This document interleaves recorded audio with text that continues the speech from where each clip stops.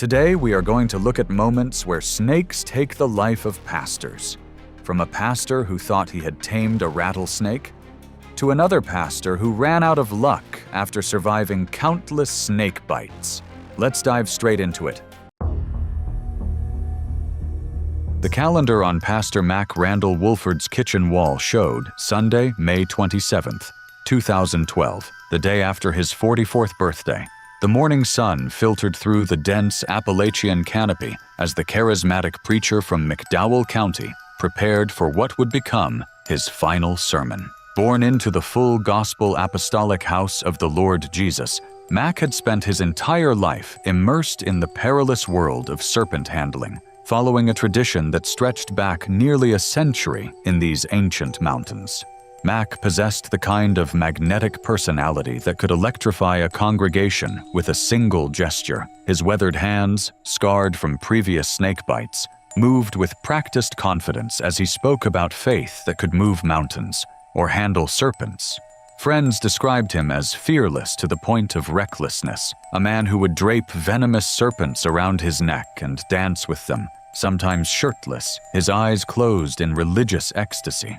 His modest home in Bluefield contained a spare bedroom that served as a serpentarium, housing his collection of deadly vipers that he treated more like beloved pets than lethal predators. His own father had been a serpent-handling pastor who died from a snakebite, yet this family history only strengthened Mack's resolve rather than deterring him. He viewed his father's death not as a cautionary tale, but as proof that God calls his servants home when their earthly work is complete. This fatalistic worldview had shaped Mack's entire approach to his dangerous ministry, making him increasingly bold with each successful handling session. The day after his 44th birthday, Mack had organized a homecoming service at Panther Wildlife Management Area, a state park 80 miles west of his hometown. He chose this outdoor setting deliberately, believing that God's creatures should be handled in God's natural cathedral. The gathering drew dozens of faithful followers, their faces weathered by mountain life and hardened by unwavering belief. Among his collection, Mack had selected his favorite companion for the day's service, Sheba, a magnificent yellow timber rattlesnake whose brown and golden scales caught the sunlight like burnished copper. Timber rattlesnakes, scientifically known as Crotalus horridus, are among North America's most dangerous serpents. Despite their generally docile nature, these impressive reptiles can grow up to 5 feet in length and possess a venom so potent that a single bite contains enough toxins to kill multiple adult humans. What makes timber rattlesnakes particularly treacherous is their patient hunting style. They can remain motionless for hours, waiting for the perfect moment to strike with lightning speed. 30 minutes into his passionate service and delivery, Mack reached for the wooden box containing Sheba. The serpent, nearly 4 feet of coiled muscle and venom, seemed almost docile as he lifted it with practiced ease, a deceptive calm that had perhaps made Mack overconfident in his handling over the years. As Mack passed the snake from his left hand to his right, allowing it to crawl onto his shoulder in a display of ultimate trust, Sheba suddenly struck with the precision of millions of years of evolution. Her fangs, hollow like hypodermic needles and designed to inject venom deep into prey, sank into his thigh with devastating accuracy. The bite delivered approximately 100 to 150 milligrams of venom directly into his bloodstream, more than enough to kill several grown men. The congregation barely flinched at first. They had witnessed snake bites before, and their pastor had always emerged victorious, protected by what they believed was divine intervention. But this time was different. The venom coursed through Mack's system with ruthless efficiency, immediately beginning its systematic attack on his blood cells and nervous system. Timber rattlesnake venom works by breaking down cell walls, causing massive internal bleeding and tissue death, while simultaneously attacking the victim's ability to clot blood, leading to hemorrhaging throughout the body. Mack calmly returned Sheba to her box and took his seat, summoning every ounce of his remaining strength to maintain consciousness as the poison began its deadly work. Within minutes, the first symptoms appeared: profuse sweating as his body fought the foreign toxins, labored breathing as his cardiovascular system struggled to function, and a growing weakness that signaled his organs were beginning to fail. The congregation finally realized their beloved pastor was in mortal danger when he could no longer stand without assistance. They carried him to a nearby chair, then to his mother-in-law's house, where he lay surrounded by praying believers who refused to acknowledge that their faith might not be enough to save him this time. For 10 agonizing hours, Mack's organs systematically failed as the venom continued its relentless assault. His kidneys shut down first, unable to filter the toxins from his blood, followed by his liver as the hemotoxins destroyed his body's ability to produce essential proteins. The neurotoxins attacked his nervous system, causing seizures and eventually respiratory failure. The timber rattlesnake's venom was designed by evolution to be the perfect killing mechanism, slow enough to prevent prey from escaping, but thorough enough to ensure death. As Mack lay dying, his body was experiencing the same process that had killed countless small mammals over millions of years of predator-prey relationships. Only when it became clear that prayer alone would not save him did someone finally call for medical help. But by the time paramedics reached the Bluefield Regional Medical Center, the venom had done its work too thoroughly to reverse. Pastor Mack Randall Wolford was pronounced dead at 10:30 p.m., another casualty in the centuries-old battle between faith and nature's unforgiving laws. His death would later be documented by journalist Lauren Pond, who had spent a year following his ministry and described the eerie stillness that fell over the congregation when they realized their spiritual leader was truly gone. The date, January 15, 1995, dawned crisp and clear in the small town of Enigma, a Sunday morning that would forever change the tight-knit community of barely 600 souls scattered across the rural Georgia landscape. The town lived up to its mysterious name in many ways, centered around 2 blinking traffic lights and a general store that doubled as the local gas station. But for 40-year-old Dwey Bruce Hale, this tiny hamlet contained everything that mattered: his family, his faith, and the New River Holiness Church, where he had found his spiritual home. Dwey was an enigma himself, in many ways, a gentle soul in a harsh world who had chosen an unconventional path through life. Unlike most men his age in rural Georgia, he had never married, choosing instead to dedicate his life to caring for his aging mother and maintaining his unwavering devotion to the church. His bachelor lifestyle wasn't born of antisocial tendencies. Quite the opposite. Dwey possessed a gentle, caring nature that endeared him to everyone in the congregation. He worked various odd jobs around Brookfield to support himself and his mother, from farm labor to construction work. But his true passion lay in the Sunday services, where he could express his deep, abiding faith. The New River Holiness Church itself was as modest as its congregation, a testament to the humble origins of the Appalachian Pentecostal movement. Dwey had been attending services here for years, watching other congregants handle venomous snakes with a mixture of awe and longing, waiting for the day when God would call him to demonstrate his own faith in such a dramatic fashion.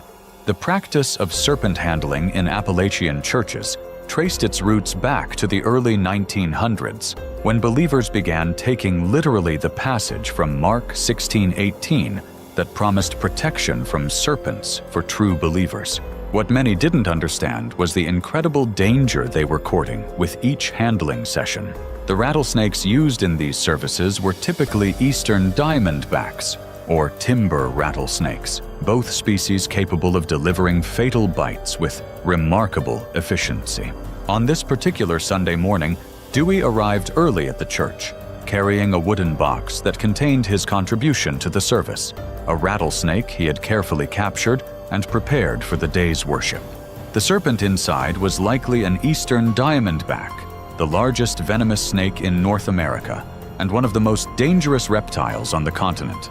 These magnificent predators can grow up to 8 feet in length and weigh over 10 pounds, with fangs that can extend nearly an inch when striking. Their venom is a complex mixture of enzymes and toxins that attacks virtually every system in the human body simultaneously. Eastern diamondback rattlesnakes are ambush predators that have evolved over millions of years to be perfect killing machines. Their heat-sensing pit organs can detect temperature differences as small as 0.003 degrees Celsius, allowing them to strike accurately, even in complete darkness. Dewey's hands trembled slightly as he carried the box into the church, not from fear, but from anticipation.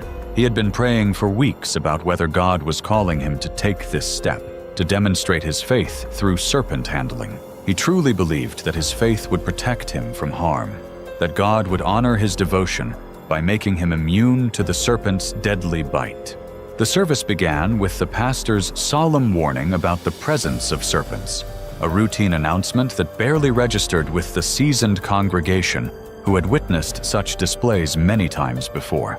As guitars, drums, and tambourines filled the air with joyful noise, the atmosphere transformed from quiet reverence to ecstatic celebration. Congregants danced and sang, their voices rising in harmonious praise that seemed to shake the modest church's wooden frame. This musical frenzy was an essential part of the serpent handling ritual, designed to induce a trance-like state where believers felt most connected to the divine. It was at this moment the pastor recognized the significance of the moment and the spiritual state of his congregant, called out for Brother Dewey to come forward. The congregation fell silent, sensing they were about to witness something profound and potentially dangerous. With trembling hands, Dewey opened the wooden box and lifted the rattlesnake high above his head in a gesture of ultimate faith and surrender. The serpent, disturbed from its confined rest and suddenly exposed to bright lights and loud noises, coiled around his arm with muscular grace. For a moment that seemed to stretch into eternity, time appeared suspended as man and serpent regarded each other in the hushed church.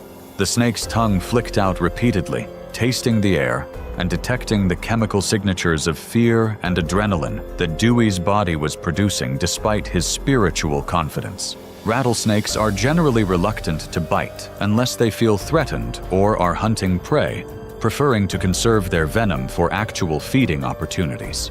However, the stress of being handled, combined with the unfamiliar environment and the crowd of people, likely triggered the snake's defensive instincts. Then, with the speed that had made rattlesnakes apex predators for millions of years, capable of striking at speeds of up to 8 feet per second, the serpent struck with devastating precision. The fangs penetrated deep into Dewey's left hand, the snake's powerful jaw muscles driving the hollow teeth through skin, muscle, and into the small bones of his hand. The venom injection was immediate and thorough, with the snake's venom glands contracting to force approximately 200 to 400 milligrams of toxin directly into Dewey's bloodstream, enough poison to kill several adult humans. The congregation gasped collectively, but Dewey remained remarkably calm, his faith sustaining him even as the first waves of excruciating pain began to wash over his body. The venom began its work immediately, with enzymes starting to break down cell walls and blood vessels at the injection site. Hyaluronidase, often called the spreading factor, began dissolving the connective tissue that normally would contain the venom, allowing it to spread rapidly through his hand and up his arm. Dewey carefully returned the snake to its box, his movements deliberate despite the growing agony in his hand and the shock that was beginning to set in. As the service continued around him, his condition rapidly deteriorated in a pattern that medical experts would recognize as classic rattlesnake envenomation. The venom spread through his lymphatic system, causing his hand to swell grotesquely as fluid leaked from damaged blood vessels. His skin began to darken with necrosis as the toxins killed tissue faster than his body could repair it. Fellow believers surrounded him with prayers and hymns, their voices rising in desperate supplication as they watched their brother suffer. But Dewey refused all suggestions of medical treatment, his faith absolute in God's power to heal him, despite the obvious signs that his body was losing the battle against the venom. The pain was becoming unbearable as the toxins attacked nerve endings, but he interpreted his suffering as a test of faith rather than a medical emergency requiring immediate intervention. The hours that followed were a testament to both human endurance and the relentless power of nature's most sophisticated biological weapons. At his home, surrounded by praying congregants who maintained a vigil of faith, Dwey lay on his bed as the venom systematically attacked his organs. His breathing became increasingly labored as the neurotoxins began affecting his respiratory system. His heart struggled to pump blood through vessels that were leaking fluid due to the hemotoxic effects of the venom. The skin on his hand continued to blacken and swell as tissue death spread up his arm. No amount of prayer or home remedies could slow the poison's advance through his cardiovascular system. His kidneys began to fail as they tried to filter the toxins from his blood, and his liver struggled to produce the proteins necessary for blood clotting. The venom was essentially liquefying his internal organs, while simultaneously preventing his body from healing itself. By late evening, nearly 8 hours after the bite, Dewey's body finally succumbed to the venom's effects in a process that paralleled the death of countless prey animals throughout evolutionary history. He passed away peacefully, surrounded by those who loved him and shared his unwavering faith. His final breaths coming as his respiratory system finally failed under the assault of the neurotoxins. The sheriff's office wasn't called until after his death, and when they arrived, they found a community in mourning, but not in regret. Sheriff Jerry Brogdon later expressed his dismay at the situation, noting that probably 100 people had sat watching a person die without calling for medical help.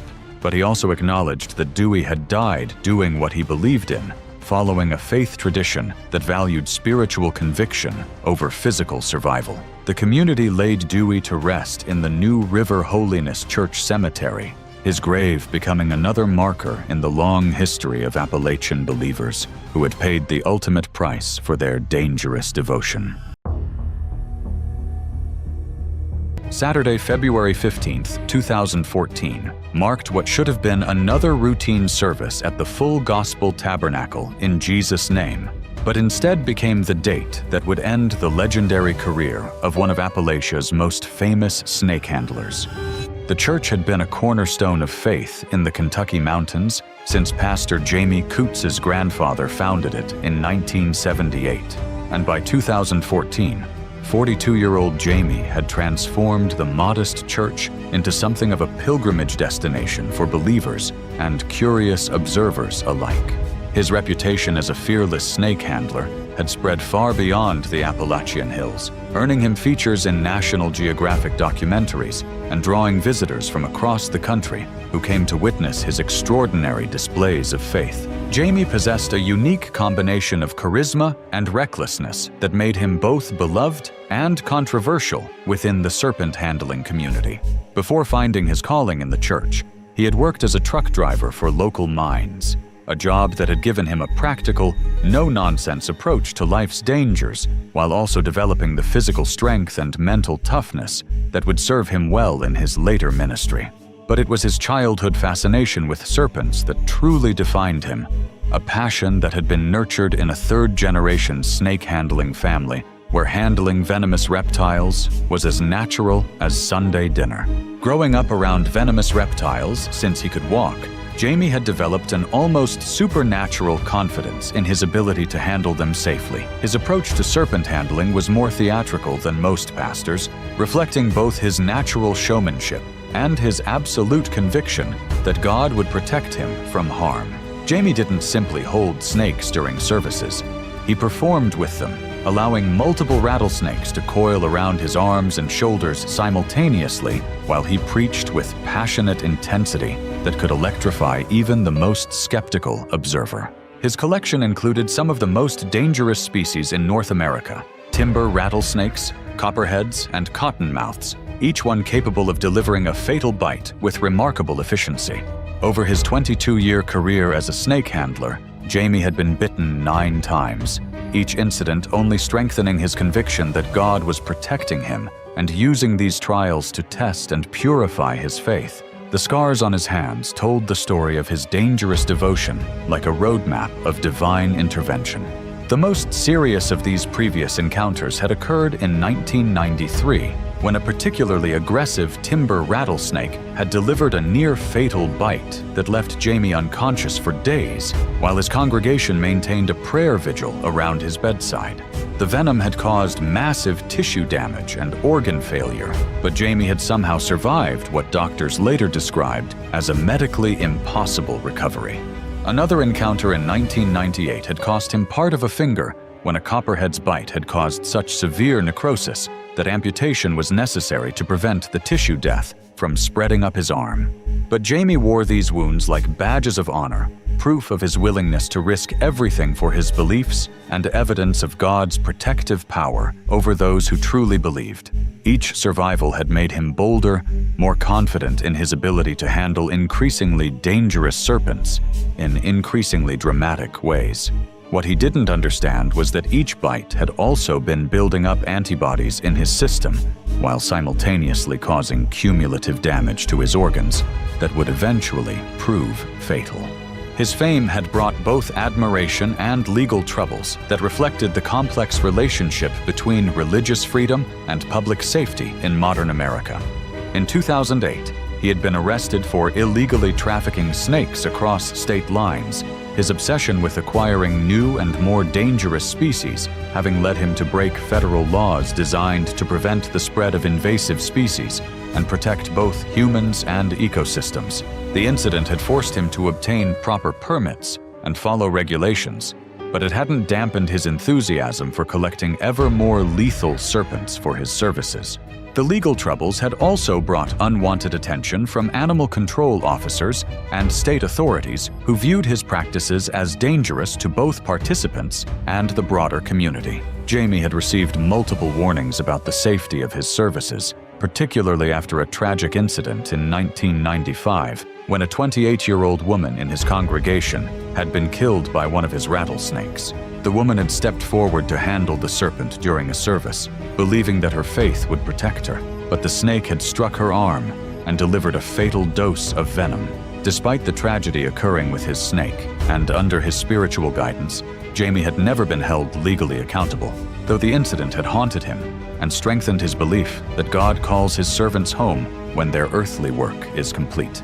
On that cold February morning in 2014, Jamie prepared for what would become his final performance with the same meticulous care he had always brought to his serpent handling.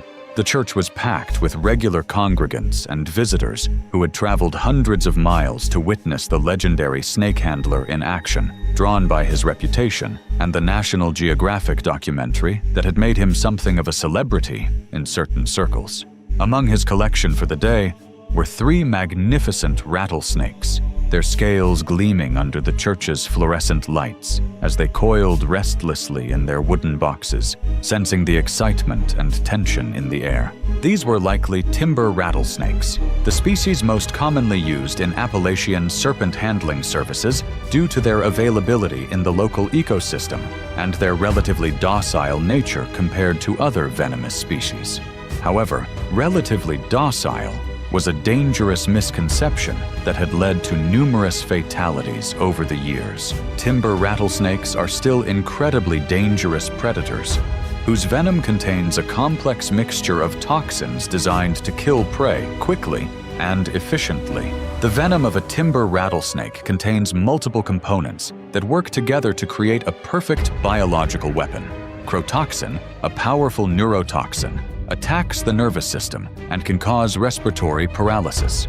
As the service reached its crescendo, with the congregation worked into the spiritual frenzy that preceded the serpent handling, Jamie lifted all 3 serpents simultaneously in a display that represented the pinnacle of his dangerous art.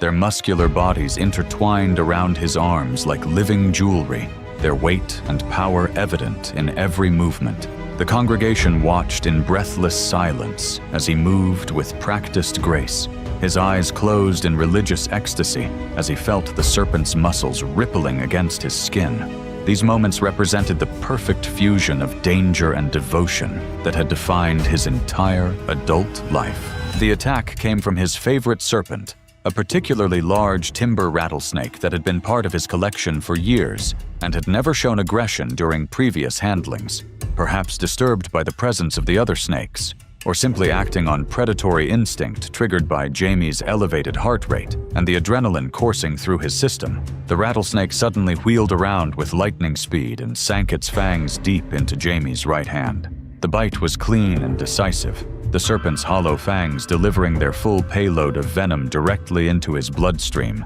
with the efficiency of millions of years of evolutionary refinement.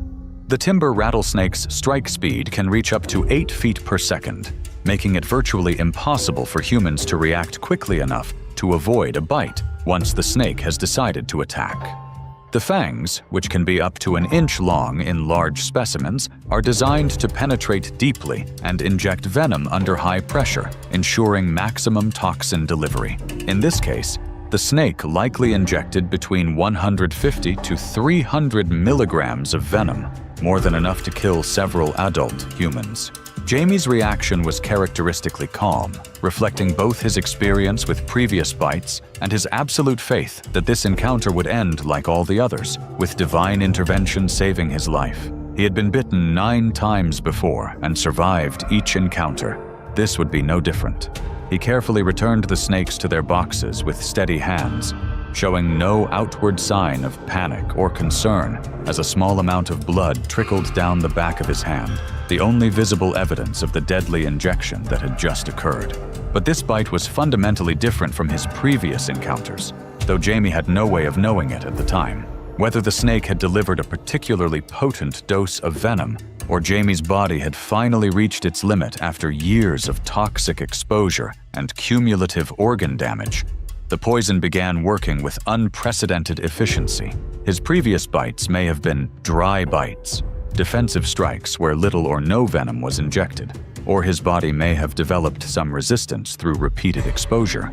This time, however, the full force of the timber rattlesnake's biological arsenal was unleashed in his system. Jamie retreated to his home adjacent to the church, confident that, like the previous times, he would be spared by divine intervention. His family gathered around him in the familiar ritual of prayer and faith healing that had sustained him through previous crises. But within hours, it became clear that this encounter was different. The venom coursed through his system with ruthless efficiency, immediately beginning its systematic assault on his organs in a process that paralleled the death of countless prey animals throughout evolutionary history. The hemotoxic components of the venom began breaking down his blood vessels, causing internal bleeding throughout his body. His blood's ability to clot was severely impaired, leading to hemorrhaging that his cardiovascular system couldn't control. The neurotoxic elements attacked his nervous system, interfering with the electrical signals that controlled his heart rate and breathing. Tissue-destroying enzymes began digesting his internal organs from the inside out, starting at the bite site and spreading through his lymphatic system. Jamie felt lightheaded and dizzy as he lay down on his sofa, trying to remain calm while his body fought a losing battle against the toxic mixture of proteins and enzymes. The familiar symptoms, nausea, weakness, and difficulty breathing, progressed far more rapidly than in his previous encounters. His heart began beating irregularly as the cardiotoxic elements of the venom interfered with his cardiac muscle function. His kidneys started failing as they tried to filter the overwhelming load of toxins from his bloodstream.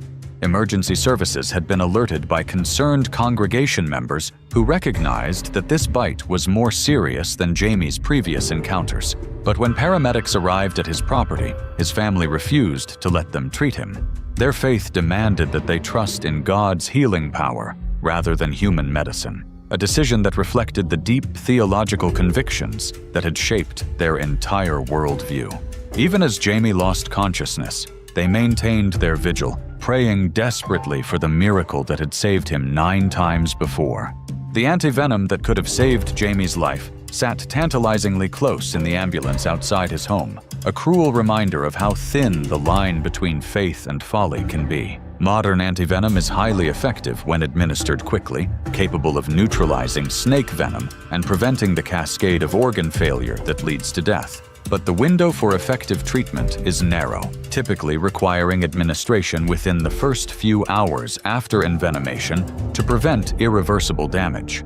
But the miracle never came this time. 2 hours after receiving the toxic bite, a relatively quick death for timber rattlesnake envenomation, Pastor Jamie Coots drew his final breath as his respiratory system finally succumbed to the neurotoxic effects of the venom. His family watched helplessly as the man they had revered for his unshakable faith succumbed to the very creatures he had spent his life handling. His death serving as a stark reminder that nature's laws operate independently of human belief systems.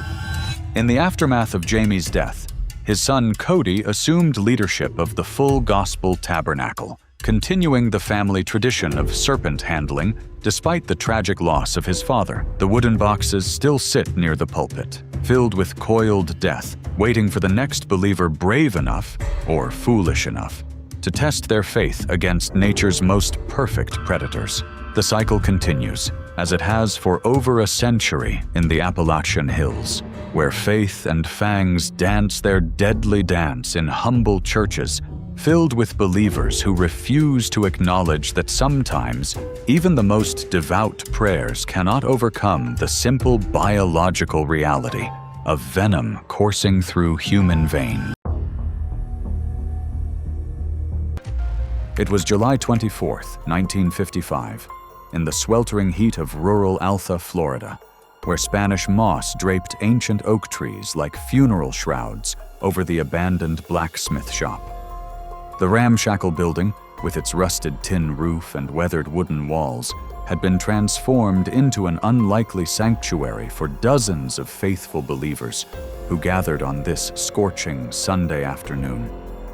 Among the congregation sat families from nearby farming communities, their faces etched with the hardships of Depression-era life, seeking spiritual solace in the remote Calhoun County wilderness. The air hung thick with humidity and anticipation as cicadas droned their endless summer chorus outside the makeshift church.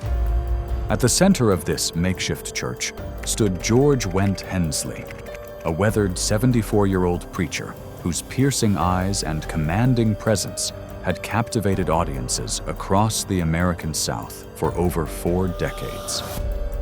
Born in the Appalachian Mountains, Hensley had dedicated his life to spreading what he believed was the literal interpretation of Mark 16:18, which spoke of believers taking up serpents without harm. His calloused hands bore the scars of countless encounters with venomous snakes, a testament to a ministry that had made him both revered and reviled throughout the region. For 3 weeks, he had conducted services in this isolated Florida location without his signature serpents, but today would be different. Local residents had whispered warnings about the dangerous wildlife inhabiting the surrounding swamplands, yet Hensley remained undeterred in his mission to demonstrate divine protection through serpent handling. The eastern diamondback rattlesnake represents one of North America's most formidable predators, capable of growing up to 8 feet in length and possessing fangs that can inject up to 400 milligrams of potent hemotoxic venom. These apex predators inhabit the southeastern United States, preferring dense woodlands and swamplands where they can ambush unsuspecting prey. Their distinctive diamond-patterned scales provide perfect camouflage among fallen leaves, while their heat-sensing pits detect warm-blooded creatures from considerable distances. Adult specimens can weigh up to 10 pounds, with muscular bodies capable of striking at speeds exceeding 10 feet per second. As Hensley delivered his passionate sermon about faith conquering fear, he reached into a metal lard can and withdrew a massive 5-foot rattlesnake, its thick body coiling around his weathered forearms.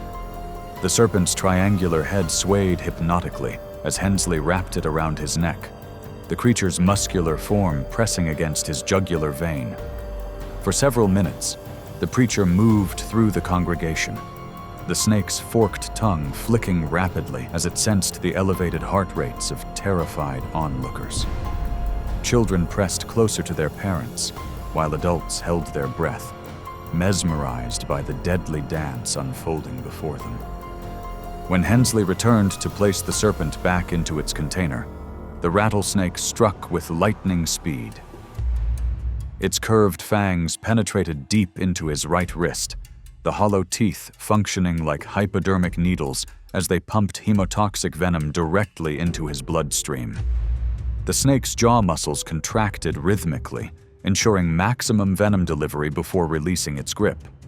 Within minutes, Hensley's arm began swelling dramatically as the cytotoxic compounds destroyed cellular tissue and blood vessels. His skin turned a mottled purple-black as internal hemorrhaging spread throughout his circulatory system. The venom's anticoagulant properties prevented blood clotting while simultaneously attacking his cardiovascular system. Hensley's blood pressure plummeted as capillaries throughout his body began rupturing. He experienced severe abdominal cramping as the toxins triggered massive internal bleeding. His breathing became labored as fluid accumulated in his lungs, while his kidneys began shutting down from the systemic assault. Despite offers of medical assistance from concerned congregants and local authorities, Hensley refused all treatment, maintaining his belief that divine intervention would preserve him. Over the next 18 hours, the venom continued its relentless destruction of his organ systems. His wife Sally remained by his side as his condition deteriorated rapidly. By dawn on July 25th, Hensley had lost consciousness as his body succumbed to complete cardiovascular collapse and respiratory failure. Local authorities conducted a brief investigation into the circumstances surrounding Hensley's death, with Calhoun County Judge Hannah Gaskin ultimately ruling it a suicide. The incident drew national media attention, sparking renewed debates about religious freedom and public safety. Hensley's followers gathered for his funeral 2 days later, where a country music band played hymns as mourners from across the South paid their respects to the man who had founded their controversial movement. His death certificate listed snakebite as the official cause, marking the end of a remarkable yet tragic life. It was August 8, 1995, in the humid evening air of Middlesboro, Kentucky, where the faithful had gathered in a small, white-painted church nestled among the rolling hills of Bell County. The modest building, with its simple wooden cross and hand-carved pews, sat at the edge of town where Appalachian foothills met coal mining country. Outside, the sounds of summer insects filled the warm night as approximately 40 congregation members filled the sanctuary, their voices rising in traditional hymns that echoed through the surrounding hollers. Among the worshipers sat Melinda Brown, a 28-year-old mother of 5 whose gentle demeanor masked an unwavering commitment to her controversial faith. Born January 22, 1967, Melinda had grown up in the snake-handling tradition, watching her elders demonstrate their beliefs through the handling of venomous serpents during religious ceremonies. Her husband, John Wayne Brown, served as one of the church's most respected ministers, and together they had raised their children within this dangerous practice that interpreted biblical scripture literally. Tonight's service held special significance as visiting preachers from neighboring states had arrived to participate in a regional gathering of snake-handling believers. The evening promised to be a powerful demonstration of faith, with multiple serpents brought specifically for the ceremony that would soon claim an unexpected victim. Venomous snakes native to Kentucky represent some of North America's most dangerous reptilian predators, with species like the timber rattlesnake and copperhead inhabiting the state's diverse ecosystems. These serpents possess sophisticated venom delivery systems consisting of hollow fangs connected to venom glands that can inject potent cocktails of toxins into their victims. The hemotoxic venoms common to these species contain cytotoxins that destroy cellular tissue, anticoagulants that prevent blood clotting, and vasodilators that cause dangerous drops in blood pressure.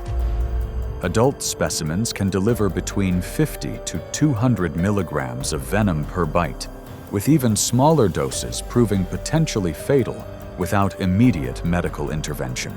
Their heat-sensing capabilities allow them to detect warm-blooded prey with remarkable precision, while their muscular bodies can strike at speeds exceeding 8 feet per second. As the evening service reached its climactic moment, Melinda approached the wooden box containing the church's collection of venomous serpents. She carefully lifted a medium-sized snake, its scales glistening under the fluorescent lights as she held it gently in her hands. The congregation watched in reverent silence as she participated in the sacred ritual that had defined her faith since childhood. For several minutes, she moved gracefully through the aisles, the serpent remaining calm in her experienced grasp. Without warning, the snake struck with lightning speed, its fangs penetrating deep into her right palm.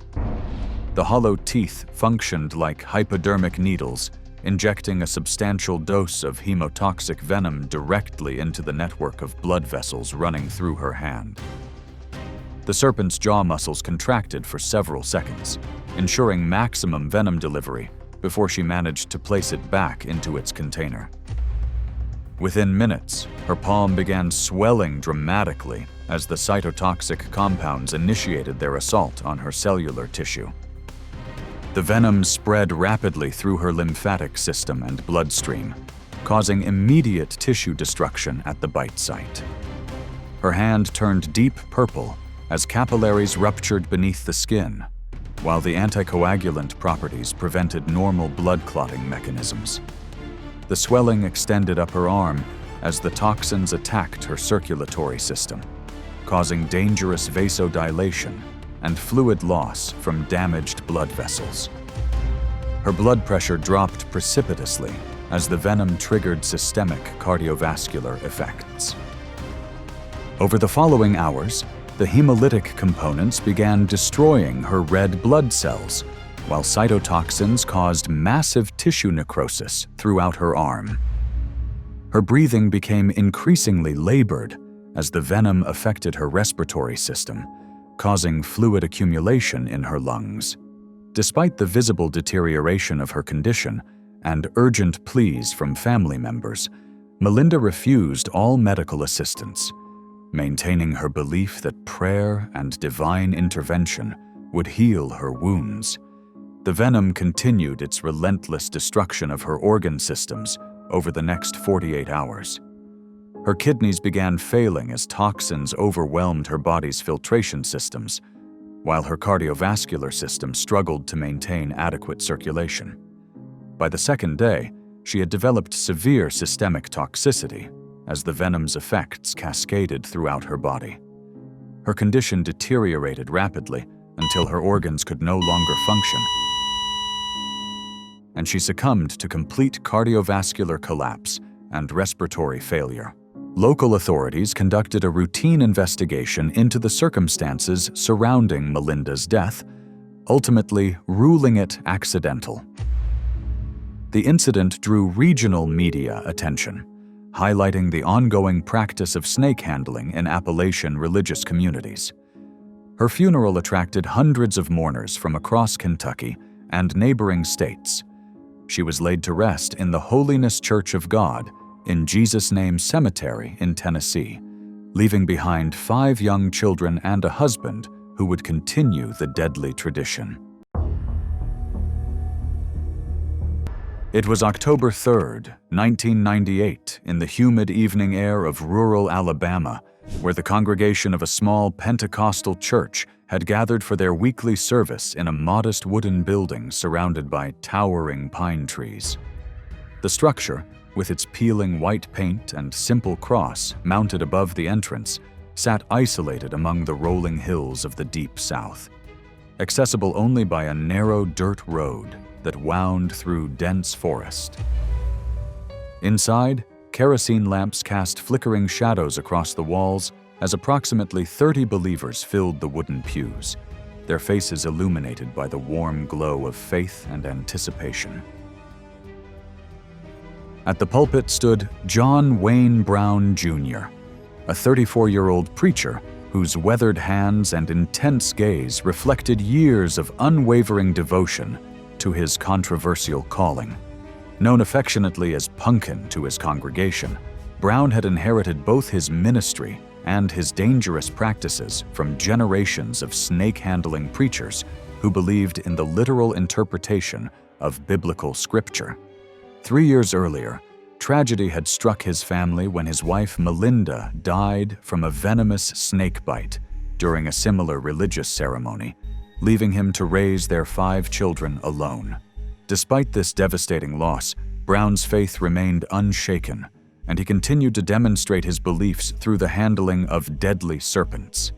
Tonight's service carried special significance, as members from neighboring communities had traveled considerable distances to witness his ministry, drawn by his reputation as one of Alabama's most fearless snake handlers.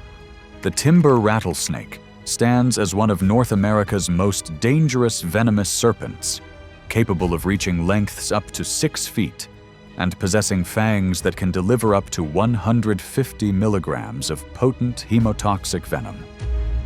These formidable predators inhabit the southeastern United States, preferring dense forests and rocky outcroppings, where they can remain concealed while hunting small mammals and birds.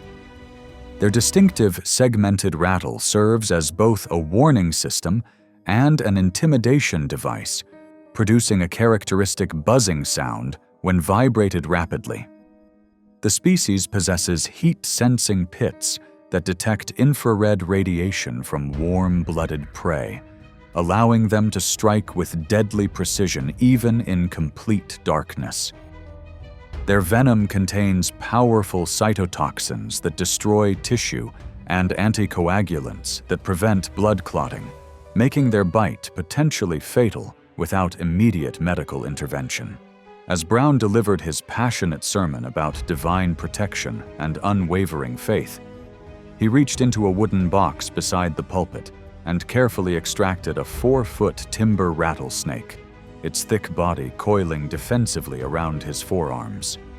The serpent's distinctive brown and yellow diamond patterns seemed to shimmer in the lamplight as its segmented tail began rattling ominously. Brown held the creature aloft, allowing the congregation to witness his demonstration of biblical faith as the snake's forked tongue flicked rapidly, sensing the elevated stress hormones permeating the humid air. Without warning, the rattlesnake struck with explosive force, its fangs penetrating deep into Brown's right index finger. The hollow teeth functioned like precision syringes, injecting a massive dose of hemotoxic venom directly into his bloodstream through the digital arteries. The snake's jaw muscles contracted rhythmically for several seconds, ensuring maximum venom delivery before releasing its grip. Brown continued holding the serpent for another 10 minutes, his finger already beginning to swell as the cytotoxic compounds initiated their destructive assault on his cellular tissue. The venom spread rapidly through his circulatory system, causing immediate vasodilation and increased capillary permeability. His finger turned deep purple as blood vessels ruptured beneath the skin, while the anticoagulant properties prevented normal clotting mechanisms. Within minutes, the swelling extended up his arm as the toxins attacked his cardiovascular system. His blood pressure dropped precipitously as the venom triggered systemic vasodilation and fluid loss from damaged blood vessels. The hemolytic components began destroying red blood cells, while the cytotoxins caused massive tissue necrosis throughout his hand and forearm. Brown's breathing became increasingly labored as the venom affected his respiratory system, causing fluid accumulation in his lungs. His heart rate became erratic as the toxins disrupted normal cardiac function, leading to dangerous arrhythmias. Despite the visible deterioration of his condition and urgent pleas from congregation members, Brown refused all offers of medical assistance, maintaining his belief that divine intervention would preserve his life. Within 10 minutes of the initial bite, his cardiovascular system collapsed completely, and he lost consciousness as his body succumbed to massive organ failure and respiratory arrest. Local emergency responders arrived at the scene, but were unable to revive Brown despite their efforts. The incident prompted a brief investigation by county authorities, who ultimately ruled the death accidental.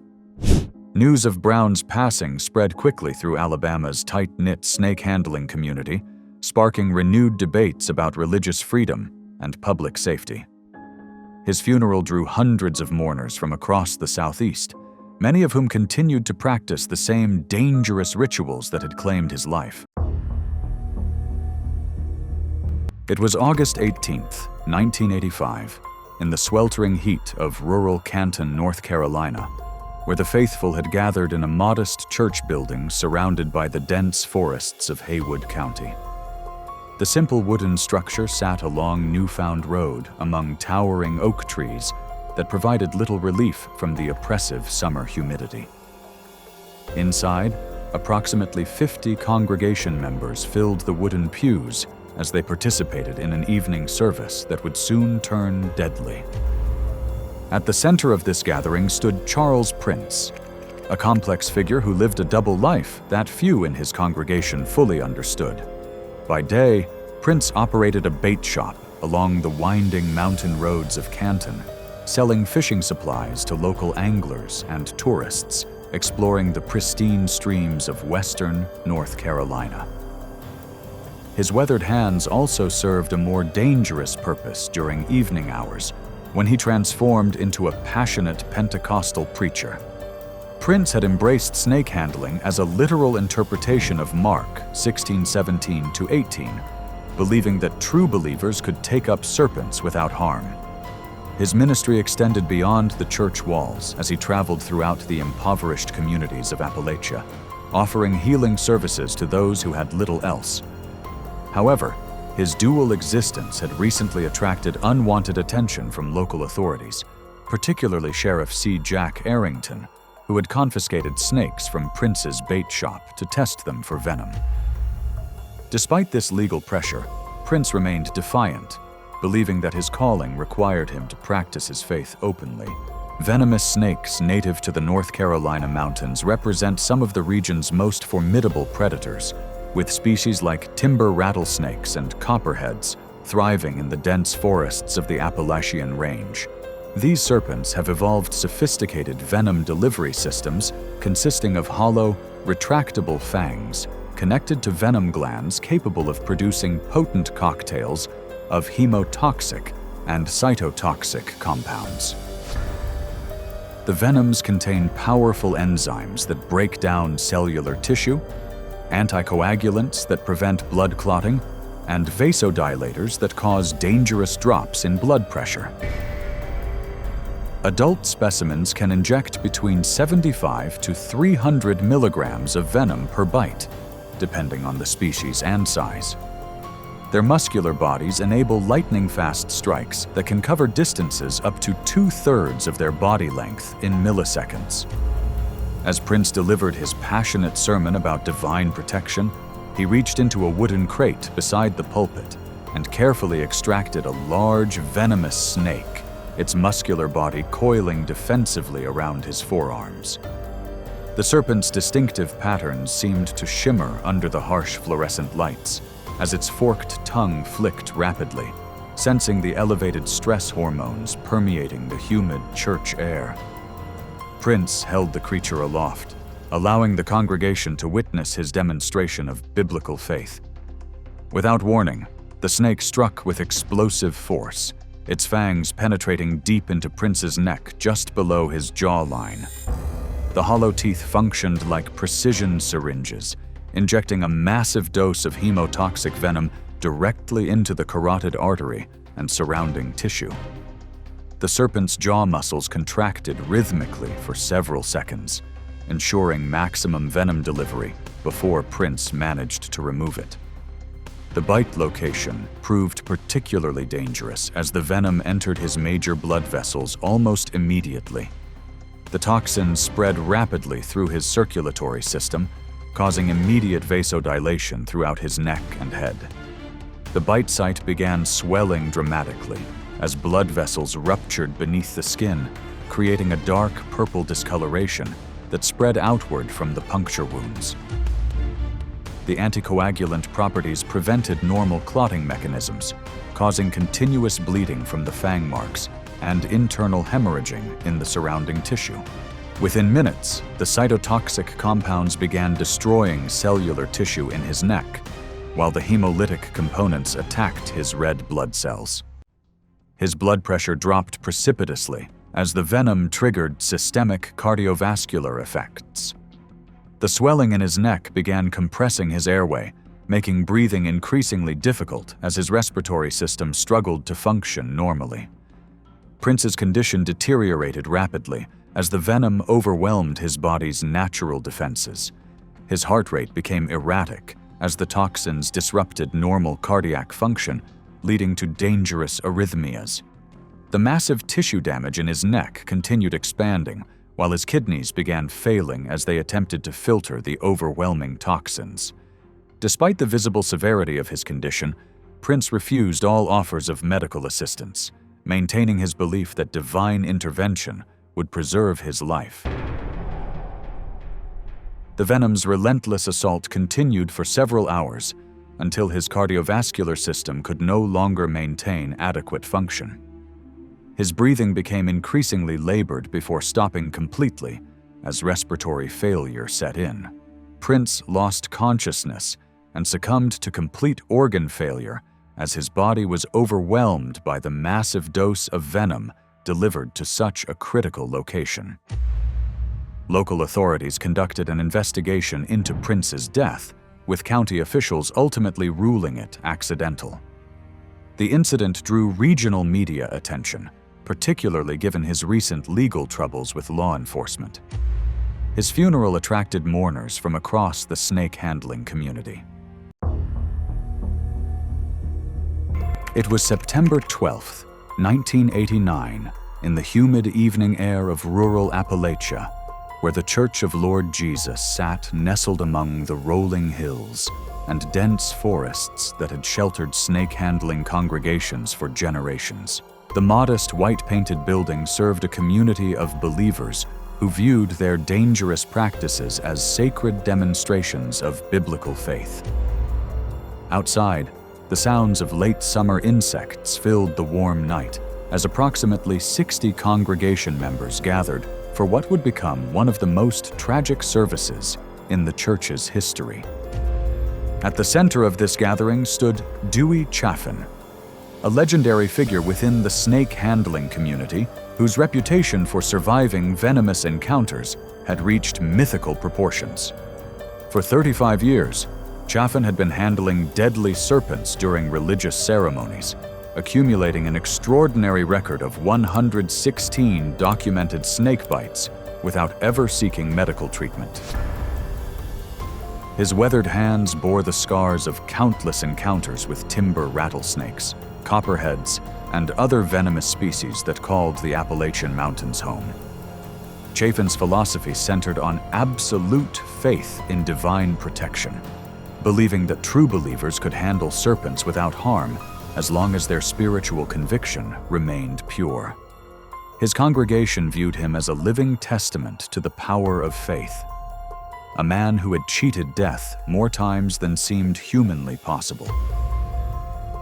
Tonight's service held special significance as visiting ministers from neighboring states had arrived to witness Chaffen's legendary serpent-handling abilities.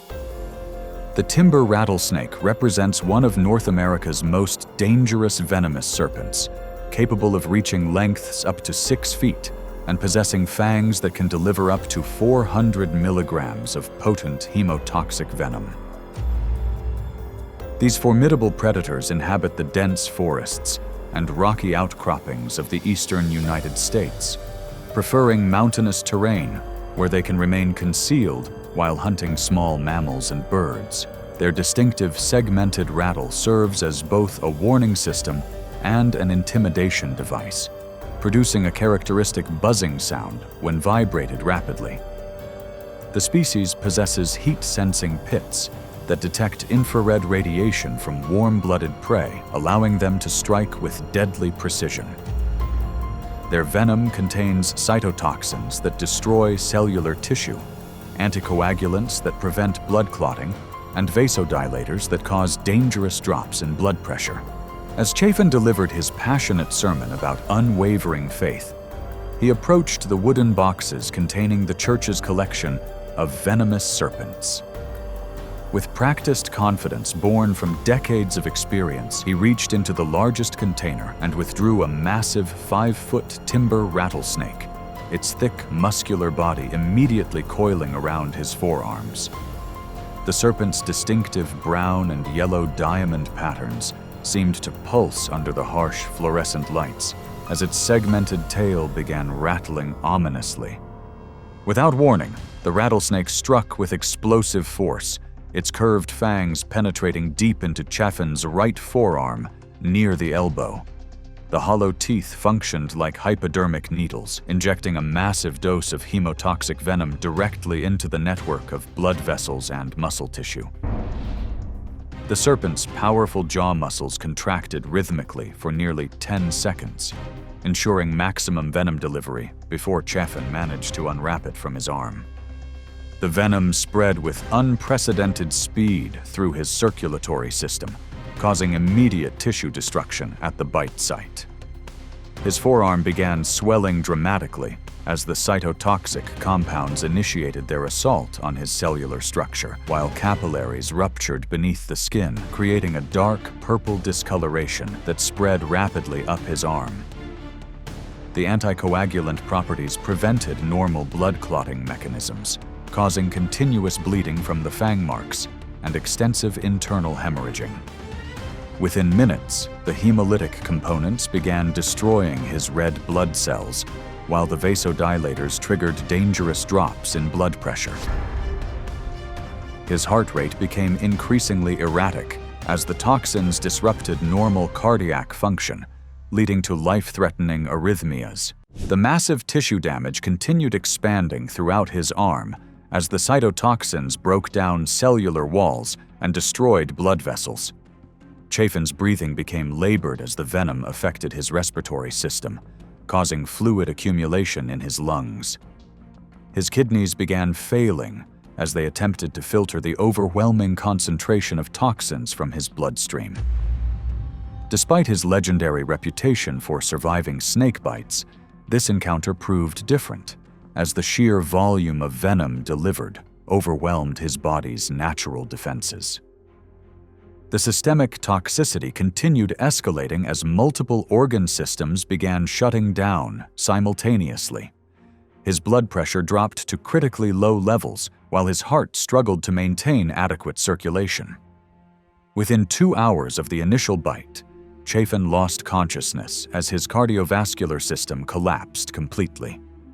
His breathing stopped shortly afterward as respiratory failure set in, and he succumbed to complete organ failure. Local authorities conducted a routine investigation into Chaffen's death, ultimately ruling it accidental. The incident sent shockwaves through the snake-handling community, as many had believed Chaffen's survival record made him virtually invincible. His funeral drew hundreds of mourners from across the region. Dwey Chaffen's death marked the end of an era for snake-handling believers who had viewed him as proof of divine protection. Thanks for watching. Want to watch more? Click on your screen now.